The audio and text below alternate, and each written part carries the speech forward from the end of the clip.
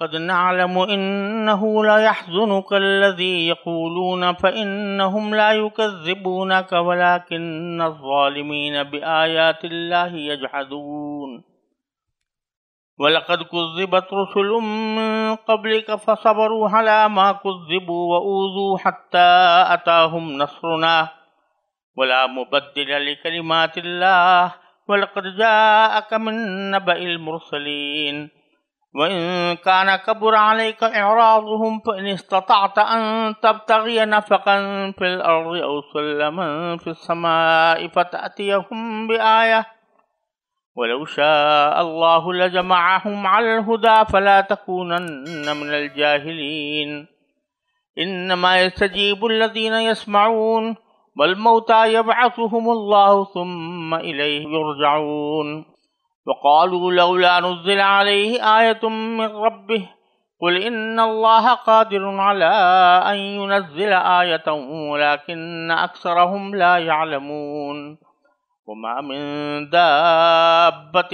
فِي الْأَرْضِ وَلَا طَائِرٍ يَطِيرُ بِجَنَاحَيْهِ إِلَّا أَمْثَالُكُمْ مَا فَرَّطْنَا فِي الْكِتَابِ مِن شَيْءٍ ثُمَّ إِلَىٰ رَبِّهِمْ يُحْشَرُونَ وَالَّذِينَ كَذَّبُوا بِآيَاتِنَا صُمٌّ وَبُكْمٌ فِي الظُّلُمَاتِ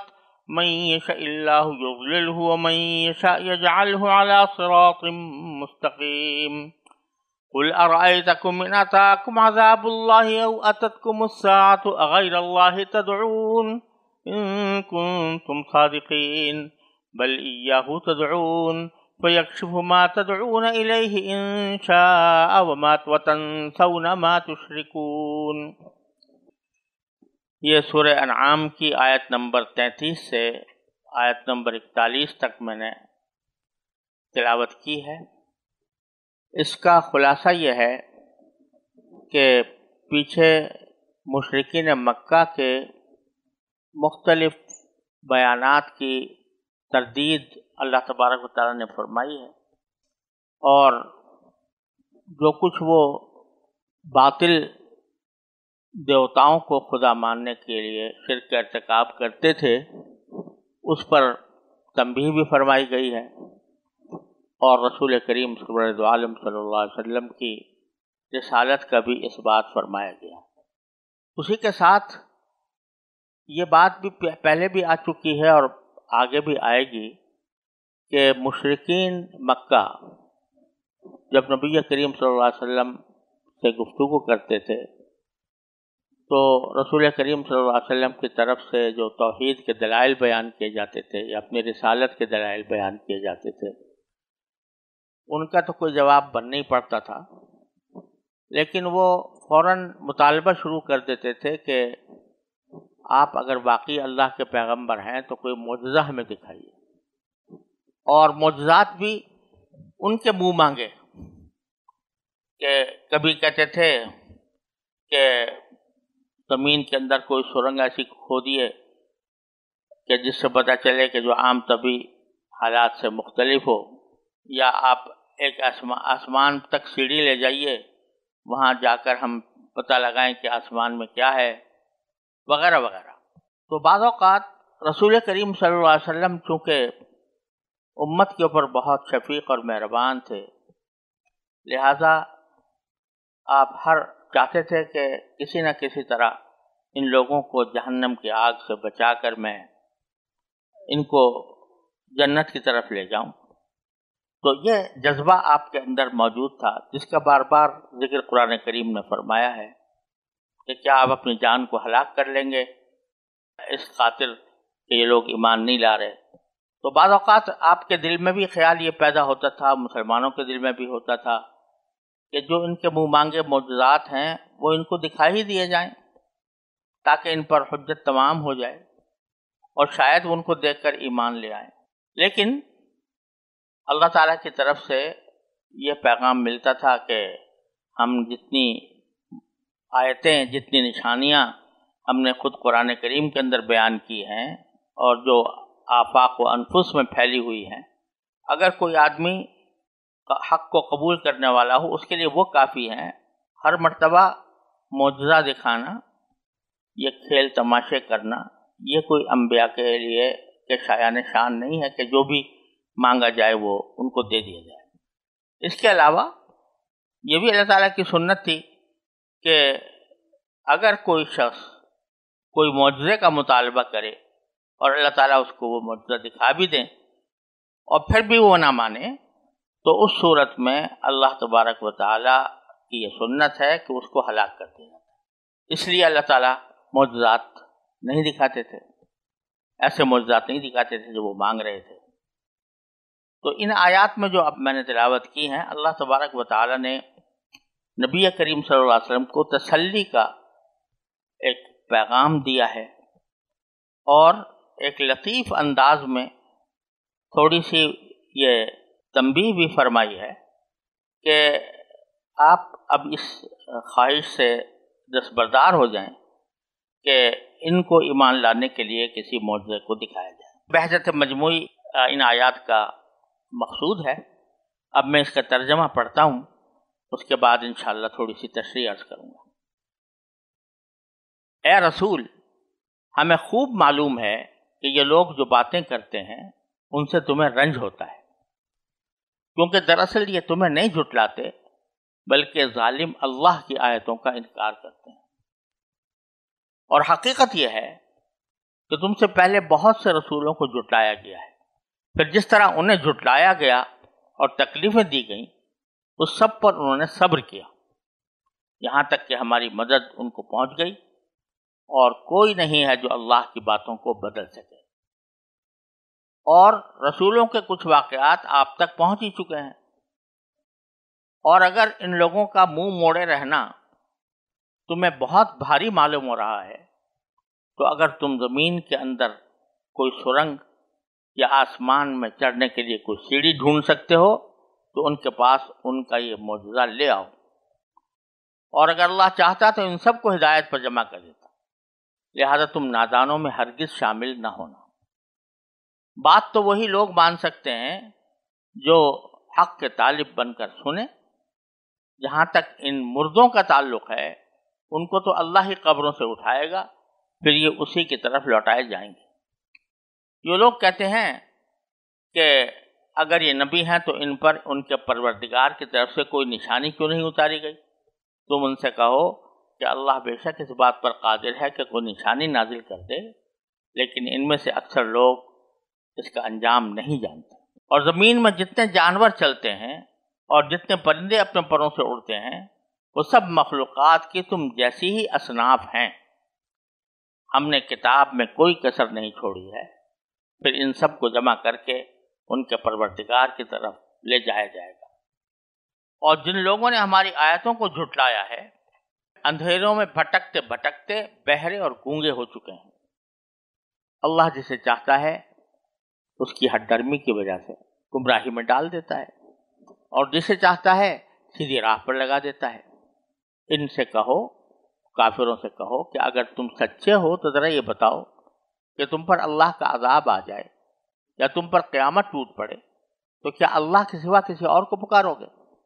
بلکہ اسی کو پکارو گے۔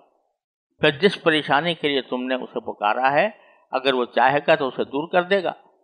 اور جن کو تم نے اللہ کے ساتھ جن دیوتاؤں کو تم اللہ کے ساتھ شریک ٹھہراتے ہو اس وقت ان کو بھول جاؤ گے۔ جیسا میں نے عرض کیا، یہ آیات کریمہ رسول کریم صلی اللہ علیہ وسلم کی تسلی کے لیے نازل فرمائی گئی ہیں۔ سب سے پہلے تو اللہ تبارک و تعالیٰ نے بڑے مشفقانہ انداز میں یہ فرمایا کہ قد نعلم انہ یحزنک الذین یقولون، ہمیں خوب معلوم ہے کہ آپ کو رنج میں ڈالتی ہیں وہ باتیں جو یہ کرتے ہیں۔ اور پھر اس کے آگے ایک جملہ یہ فرمایا کہ یہ لوگ آپ کی تکذیب نہیں کر رہے، آپ کو نہیں جھٹلا رہے، بلکہ یہ ظالم اللہ کی آیتوں کا انکار کر رہے ہیں۔ اس کے مختلف بحثیں یہاں پر کی گئی ہیں کہ ایک طرف یہ فرمایا کہ یہ آپ کی تکذیب نہیں کر رہے، پھر یہ فرمایا کہ اللہ کی آیتوں کی تکذیب کر رہے ہیں، تو دونوں میں بظاہر تضاد معلوم ہوتا ہے کہ وہ حالانکہ وہ آپ کی تکذیب کرتے تھے، لیکن آیتوں کے سیاق سے اور نبی کریم سرور عالم صلی اللہ علیہ وسلم کے طرز عمل سے جو بات زیادہ قابل قبول معلوم ہوتی ہے، جو زیادہ راجح معلوم ہوتی ہے، وہ یہ کہ آپ اللہ تعالیٰ یہ فرما رہے ہیں کہ ہمیں یہ معلوم ہے کہ تمہیں جو رنج ہوتا ہے وہ رنج اس وجہ سے نہیں ہوتا کہ تمہاری تکذیب کریں، کیونکہ تم اللہ کے لیے ہو اور تمہیں پتہ ہے کہ میری ذات کی اگر کوئی تکذیب کرے تو اس سے اتنا آپ کو رنج نہیں ہوگا، لیکن در حقیقت یہ لوگ آپ کی تکذیب کر کے اللہ کی آیتوں کی تکذیب کر رہے ہیں، اللہ کی آیتوں کو جھٹلا رہے ہیں، لہذا آپ کو غم ہو جانا فطری بات ہے۔ یعنی آپ کو جو غم ہو رہا ہے وہ اپنی ذات کی وجہ سے نہیں ہو رہا کہ میری ذات کو برا کہا جا رہا ہے، میری ذات کو ساحر کہا جا رہا ہے، مجنون کہا جا رہا ہے۔ آپ اپنی ذات کے بارے میں غم کرنے سے ماورا ہیں، آپ اس سے بہت بلند ہیں کہ کوئی آپ اس بات سے ناراض ہوں، اس بات سے غمزدہ ہوں کہ کوئی آپ کو برا کہہ رہا ہے۔ لیکن حقیقت میں یہ ظالم آپ کی تکذیب کر کے چونکہ اللہ کی آیتوں کا انکار کر رہے ہیں، اس لیے آپ کو غم ہوتا ہے۔ تو یہ بات ہمیں معلوم ہے۔ تو یہ بڑی مشفقانہ بات شروع میں فرمائی گئی ہے شفقت کے ساتھ کہ ہمیں آپ کے اس رنج و غم کا علم ہے، لیکن پہلے تسلی کے لیے فرمایا گیا کہ آپ کے ساتھ یہ واقعہ کوئی انوکھا نہیں ہو رہا، اس سے پہلے جو پیغمبر گزرے ہیں ان کے ساتھ بھی یہ معاملہ ہوا۔ وَلَقَدْ كُذِّبَتْ رُسُلٌ مِّن قَبْلِكَ، آپ سے پہلے بھی جو پیغمبر آئے ہیں ان کی بھی تکذیب کی گئی، ان کو بھی جھٹلایا گیا۔ فَصَبَرُوا عَلَىٰ مَا كُذِّبُوا، تو ان انبیاء کرام نے صبر کیا اس تکذیب پر جو ان کی گئی تھی۔ وَأُوذُوا، ان کو تکلیف بھی پہنچائی گئی۔ حَتَّىٰ أَتَاهُمْ نَصْرُنَا، یہاں تک کہ ان کے پاس ہماری مدد آ گئی۔ تو اسی طرح انشاءاللہ آپ کے ساتھ بھی ہوگا کہ جس طرح دوسرے انبیاء کرام کے ساتھ ہوا تھا کہ ان کو تکلیفیں بھی پہنچائی گئیں، ان کو اذیتیں بھی دی گئیں، ان کو برا بھی کہا گیا، لیکن آخر کار انجام انہی کے حق میں ہوا اور ہماری مدد آ گئی۔ وَلَا مُبَدِّلَ لِكَلِمَاتِ اللَّهِ، اور اللہ کی باتوں کو کوئی نہیں بدل سکتا۔ اللہ کی باتوں سے مراد اللہ تعالیٰ کی سنت ہے کہ آپ اللہ تعالیٰ کی سنت یہ ہے کہ شروع میں باطل کتنا ہی زور دکھائے اور اہل حق کو کتنی بھی تکلیف پہنچائے، لیکن آخر میں اللہ تبارک و تعالیٰ کی طرف سے مدد آتی ہے اور باطل برباد ہو جاتا ہے، حق غالب رہتا ہے۔ وَلَقَدْ جَاءَكَ مِن نَبَإِ الْمُرْسَلِينَ، اور آپ کے پاس پچھلے پیغمبروں کی خبریں آ ہی چکی ہیں۔ پھر آگے جو کبھی کبھی خواہش پیدا ہوتی ہوگی دل میں رسول کریم صلی اللہ علیہ وسلم کہ ان کو وہ معجزہ دکھائی دیا جائے جو وہ مانگ رہے ہیں، تو اس کے اوپر نبی کریم صلی اللہ علیہ وسلم کی اس خواہش کے اوپر ایک محبوبانہ تبصرہ فرمایا ہے اللہ تبارک و تعالیٰ نے۔ بظاہر وہ الفاظ کچھ عتاب کے سے ہیں، لیکن وہ ایک محبوبانہ عتاب ہے، ایک طرح سے ایک شکوہ ہے، ایک طرح سے تسلی کا سامان ہے۔ یہ فرمایا کہ اگر آپ کو بہت بھاری گزرتا ہے، ان کان کبر علیک اعراضہم، اگر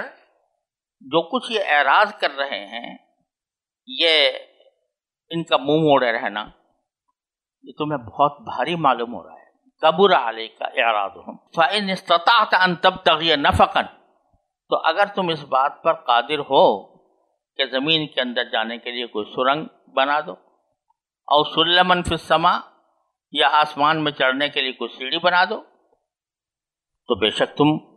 ان کو یہ معجزہ دکھا دو۔ مطلب کہنے کا یہ ہے کہ یہ ساری باتیں آپ کے اپنے اختیار میں نہیں ہیں جن کا آپ سے مطالبہ کیا جا رہا ہے۔ اللہ تبارک و تعالیٰ ہی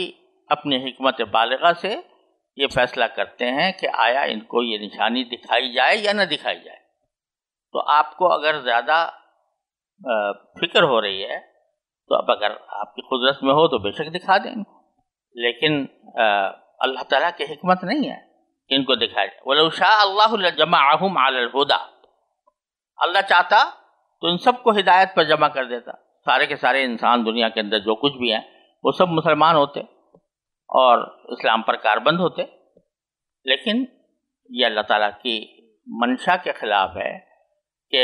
لوگوں کو حق پر مجبور کیا جائے۔ انسان کو پیدا ہی اس لیے کیا گیا ہے کہ وہ زمین میں رہتے ہوئے، کائنات میں رہتے ہوئے اپنی عقل و دانش اور اپنی سمجھ سے یہ فیصلہ کرے کہ کیا حق ہے اور کیا باطل ہے، اللہ تعالیٰ کو پہچانے اور اس کے ہدایات پر عمل کرے۔ تو اگر اللہ تعالیٰ چاہتا سب کو ہدایت دے دیتا، لیکن اس سے جو اس کائنات کی تخلیق کا مقصد ہے وہ فوت ہو جاتا۔ فَلَا تَكُونَنَّ مِنَ الْجَاهِلِينَ، لہذا تم ہرگز نادانوں میں شامل نہ ہونا۔ بتا دیا کہ یہ لوگ جو ایسی باتیں کرتے ہیں یہ نادانی کی باتیں ہیں، تو آپ اس کے بارے میں ان کی اس باتوں کے اندر نہ آئیں اور ان میں شامل نہ ہوں۔ یہ محض ایک مشفقانہ محبوبانہ خطاب ہے ایک نبی کریم صلی اللہ علیہ وسلم کی عبدیت کو اور باری تعالیٰ کی جلالت و عظمت کا خطاب ہے کہ تم ہرگز نادانوں میں شامل نہ ہونا۔ انما یستجیب الذین یسمعون، اصل میں حق کو تو وہی مان سکتے ہیں جو سنے کے معنی یہ کہ جو حق بات کے طالب بن کر سنے۔ بل موتا یبعثہم اللہ، اور جو مردے ہیں، مردے ہونے کے معنی یہ کہ جنہوں نے اپنے آنکھ کان ناک سب بند کر رکھے ہیں حق بات کو قبول کرنے سے، تو ایک طرح مردوں کی طرح ہیں، تو ان کا علاج تو صرف یہ ہے کہ یبعثہم اللہ ثم الیہ یرجعون، یہ اللہ تبارک و تعالیٰ کسی وقت ان کو دوبارہ زندہ کرے گا، اس وقت اللہ تعالیٰ کے پاس پہنچائے جائیں گے، تو اس وقت ساری ان کی جو لن ترانیاں ہیں وہ سامنے آ جائیں گی۔ وقالوا لولا نزل علیہ آیۃ من ربہ، اور جس چیز سے آپ کو غم ہو رہا ہے وہ یہ کہ یہ کہا کرتے ہیں کہ ان کے اوپر یعنی نبی کریم صلی اللہ علیہ وسلم پر کوئی نشانی کیوں نہیں نازل کر دی گئی ان کے پروردگار کی طرف۔ نشانی سے مراد معجزہ۔ تو فرمایا کہ قل، آپ ان سے یہ کہہ دیجئے کہ ان اللہ قادر علی ان ينزل آیۃ، بے شک اللہ تعالیٰ قدرت رکھتا ہے کہ وہ کوئی نشانی نازل کر دے، ولکن اکثرهم لا يعلمون، لیکن ان میں سے اکثر لوگ جانتے ہی نہیں حقیقت۔ یہ بظاہر ایک مجمل سا جملہ اللہ تعالیٰ نے ارشاد فرمایا کہ جواب میں کہ اکثر لوگوں کو علم ہی نہیں ہے۔ کس بات کا علم نہیں ہے؟ اس بات کا علم نہیں ہے کہ یہ پہلی بات تو یہ ہے کہ دین کو قبول کرنا، توحید کو قبول کرنا، رسالت اور آخرت کو قبول کرنا، یہ کھیل تماشوں کے اوپر موقوف نہ ہونا چاہیے کہ کوئی ایسا معجزہ دکھایا جائے کہ جو عقل جن سے دیکھ کر حیران ہو جائے۔ تو یہ دین محض اس طرح نہیں حاصل ہوتا کہ اس طرح کے معجزات دکھا کر لوگوں کو دین پر آمادہ کیا جائے۔ دین ایک حقیقت ہے، وہ حقیقت ایسی ہے کہ انسانی فکر کو ہر لحاظ سے قبول کرنی چاہیے، اس کو اس پر موقوف نہیں رکھنا چاہیے کہ کوئی معجزہ ان کو دکھایا جائے۔ دوسری بات یہ تو ان کو اس بات کا علم نہیں ہے، دوسرے اس بات کا علم نہیں ہے کہ اگر بالفرض ان کے منہ مانگے معجزے دکھا دیے جائیں تب بھی ہمیں تو پتہ ہے کہ یہ پھر بھی ایمان لانے والے نہیں ہیں۔ پیچھے گزر چکا ہے کہ ان کے ہاتھوں میں اگر کتاب نازل ہو کر ہم نازل کرتے ہیں اور اس کو ہاتھوں سے چھو کر یہ دیکھ لیں تب بھی ان کا ایمان لانے کا کوئی ارادہ نہیں ہے۔ لہذا ہوگا کیا کہ اگر ہم نے ان کو کوئی ان کی منہ مانگی نشانی دکھا دی اور پھر ہماری سنت کے مطابق اس کا سوا کوئی راستہ نہیں ہوگا کہ ان کو ہلاک کر دیا جائے، عذاب ان کے اوپر عذاب نازل کیا جائے۔ تو یہ ساری باتیں ان لوگوں کو پتہ نہیں ہے، اس واسطے یہ مطالبے کر رہے ہیں۔ اور حقیقت تو یہ ہے کہ اس خرق عادت والے معجزے کو دیکھنے کی کیا ضرورت ہے؟ کائنات کے اندر ہر چیز ایک نشانی ہے اللہ تعالیٰ کی، اور اس کائنات کے اندر اگر غور کریں، خود اپنے اندر غور کریں تو وہ سب انسان کا وجود ہی ایک معجزہ ہے، اور جتنی مخلوقات نظر آ رہی ہیں اس کائنات میں وہ خود بذات خود ایک معجزہ ہیں۔ تو ان کو کوئی انوکھا معجزہ مانگنے کی آخر ضرورت کیا ہے؟ چنانچہ فرمایا وَمِن دَابَّةٍ فِي الْأَرْضِ وَلَا طَائِرٍ يَطِيرُ بجناحیہ الا امم امثالکم، کہ زمین میں جتنے جانور چلتے ہیں، ما من دابۃ ولا طائر یطیر بجناحیہ، اور جتنے پرندے اپنے پروں سے اڑتے ہیں، وہ الا امم امثالکم، وہ تم جیسے ہی اصناف ہیں، تم انسان ہو، وہ جانور ہیں، کوئی جانور ہے، کوئی پرندہ ہے، کوئی درندہ ہے، یہ مختلف صنفیں ہیں، یہ بھی تم جیسی ہی ہیں۔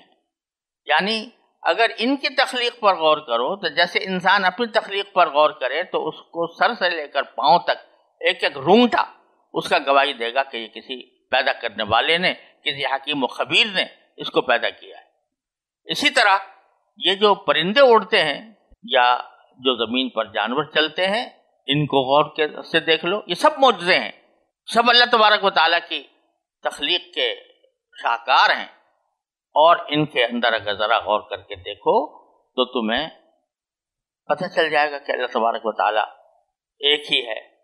اور اسی نے ساری کائنات پیدا کی ہے۔ اور یہاں لفظ جو استعمال کیا، زمین کے اندر جو جانور چلتے ہیں اس میں سبھی کچھ داخل ہو گیا، اس میں درندے آ گئے، اس میں چرندے آ گئے، اس میں پرندے آ گئے، اس میں حشرات الارض آ گئے، کیڑے مکوڑے آ گئے، یہاں تک کہ جراثیم آ گئے، کیونکہ وہ بھی چلتے ہیں زمین میں۔ تو ان میں سے ہر چیز کو اگر دیکھو تو اس کی تخلیق پر اگر غور کرو تو اس میں سوائے اس کے کچھ انجام نہیں ہوگا کہ بے اختیار یہ پکار اٹھو گے کہ تبارک اللہ احسن الخالقین۔ تو اس سے زیادہ اور کیا تمہیں نشانی درکار ہے؟ ما فرطنا فی الکتاب من شیء، ہم نے کتاب میں کسی چیز کی کوئی کمی نہیں، کوئی کسر نہیں چھوڑی ہے۔ اب اس کتاب سے مراد لوح محفوظ بھی ہو سکتی ہے، تو اس میں سب بھی کچھ درج ہے، اور سیاق سے یہ لگ رہا ہے کہ کتاب سے مراد قرآن کریم ہی ہے، اور مطلب یہ ہے کہ قرآن میں ہم نے نشانیوں کا ذکر اتنا تفصیل کے ساتھ کیا ہے کہ اس میں کوئی کسر نہیں چھوڑی۔ آسمان کا ذکر، زمین کا ذکر، انسانوں کا ذکر، جانوروں کا ذکر، جنات کا ذکر، یہ ساری کی ساری چیزیں ہم نے تمہیں بتائی ہیں، اس لیے بتائی ہیں تاکہ ان کی تخلیق پر غور کرو، ان کے اندر جو نظام اللہ تعالیٰ نے بنایا ہوا ہے اس پر غور کرو تو پتہ چلے گا کہ یہ کسی خدا واحد ہی کے تخلیق کے شاہکار ہیں، یہ اس میں کسی دیوتا کی کسی عمل کو کوئی دخل نہیں۔ ثم الی ربہم یحشرون، یہ ہم نے یہاں تو ان کو پیدا کیا ہی ہے، پھر آخر میں جا کر ہی اپنے پروردگار کے پاس جا کر ان کو جمع کیا جائے گا، تو تم بھی اس میں جمع کیے جاؤ گے، اور اس وقت تمہیں اپنے ان اعمال کا جواب دہ ہونا پڑے گا۔ والذین کذبوا بآیاتنا صم وبکم فی الظلمات، اور جن لوگوں نے ہماری آیتوں کو جھٹلایا ہے، اندھیروں میں بھٹکتے بھٹکتے بہرے اور گونگے ہو چکے ہیں۔ جیسے بہرا کسی بات کو سننے سے معذور ہوتا ہے، جیسے گونگا کوئی بات کہنے سے معذور ہوتا ہے، اسی طرح یہ حق کی بات کو سننے کی صلاحیت سے محروم ہو گئے اور حق بات کو زبان سے نکالنے سے محروم ہو گئے۔ وَمَن يَشَاءِ اللَّهُ يُضْلِلْهُ وَمَن يَشَاء يَجْعَلْهُ عَلَى صِرَاطٍ مُسْتَقِيمٍ، اللہ تعالیٰ جس کو چاہے گمراہ کر دیتا ہے اور جس کو چاہے سیدھے راستے پر لے آتا ہے۔ یہ مضمون پہلے بھی گزر چکا ہے، اور مطلب اس کا یہ ہے کہ جب کوئی شخص طلب حق کے ساتھ اللہ تعالیٰ سے رجوع کرے تو اللہ تعالیٰ اس کو ہدایت دیتا ہے، سیدھے راستے پر لاتا ہے، اور اگر کوئی شخص عناد اور ہٹ درمی کی وجہ سے انکار ہی کرتا رہے تو بالآخر اللہ تعالیٰ بھی اس کو گمراہ کر دیتا ہے۔ قل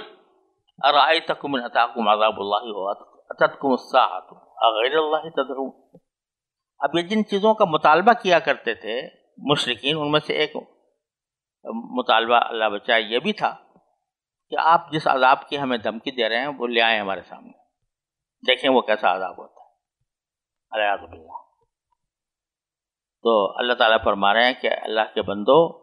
تمہیں یہ اللہ تعالیٰ کی رحمت ہے کہ ابھی تک تمہارے اوپر عذاب نازل نہیں ہوا، اگر پھر بالفرض کوئی عذاب آ گیا تم پر یا قیامت آ کر ٹوٹ پڑی تو اس وقت بتاؤ تم کس کو پکارو گے، کیونکہ یہ ان کا معمول یہی تھا، ہر وقت دیوتاؤں کی عبادت کرتے رہتے تھے، لیکن جب کوئی مشکل آ پڑتی تھی، جیسے کہ سمندر میں سفر کرتے ہوئے موجوں میں گر جاتے تھے، طوفان میں گر جاتے تھے، تو اس وقت اللہ ہی کو پکارتے تھے۔ تو یہ بتاؤ کہ اگر اللہ کا عذاب باقی آ گیا، جب قیامت ابھی قائم ہو گئی، تو کس کو پکارو گے سوائے اللہ کے؟ تو یہ جو مانگ رہے ہو عذاب، یہ اللہ بچائے، یہ تمہارے لیے اگر عذاب آ گیا تو گنجائش ہی باقی نہیں رہے گی۔ تو فرمایا قل ارائیتکم، یہ ان سے کہو کہ اگر تم سچے ہو تو ذرا یہ بتاؤ کہ تم پر اللہ کا عذاب آ جائے یا تم پر قیامت ٹوٹ پڑے، او اتتکم الساعۃ اغیر اللہ تدعون، تو کیا اللہ کے سوا کسی اور کو پکارو گے؟ بل ایاہ تدعون، یا کے سوا کسی کو پکار نہیں سکتے، اللہ ہی کو پکارو گے۔ فیکشف ما تدعون الیہ، تو پھر اللہ تعالیٰ ہی ہے جو تمہاری دعا کو قبول کر کے اس عذاب کو دور کرے اگر چاہے۔ اس صورت میں تنسون ما تشرکون، جن لوگوں کو تم اللہ کے ساتھ شریک ٹھہراتے ہو، جن دیوتاؤں کو، ان سب کو بھول جاؤ گے اور صرف اللہ ہی کو پکارو گے۔ تو عذاب آنے کے بعد اگر اللہ کو پکارو گے تو اللہ کے بندو عذاب آنے سے پہلے پکار لو اس کو اور اس کی توحید پر ایمان لے آؤ اور نبی کریم صلی اللہ علیہ وسلم کی باتوں کی تصدیق کر لو۔ وآخر دعوانا الحمدللہ۔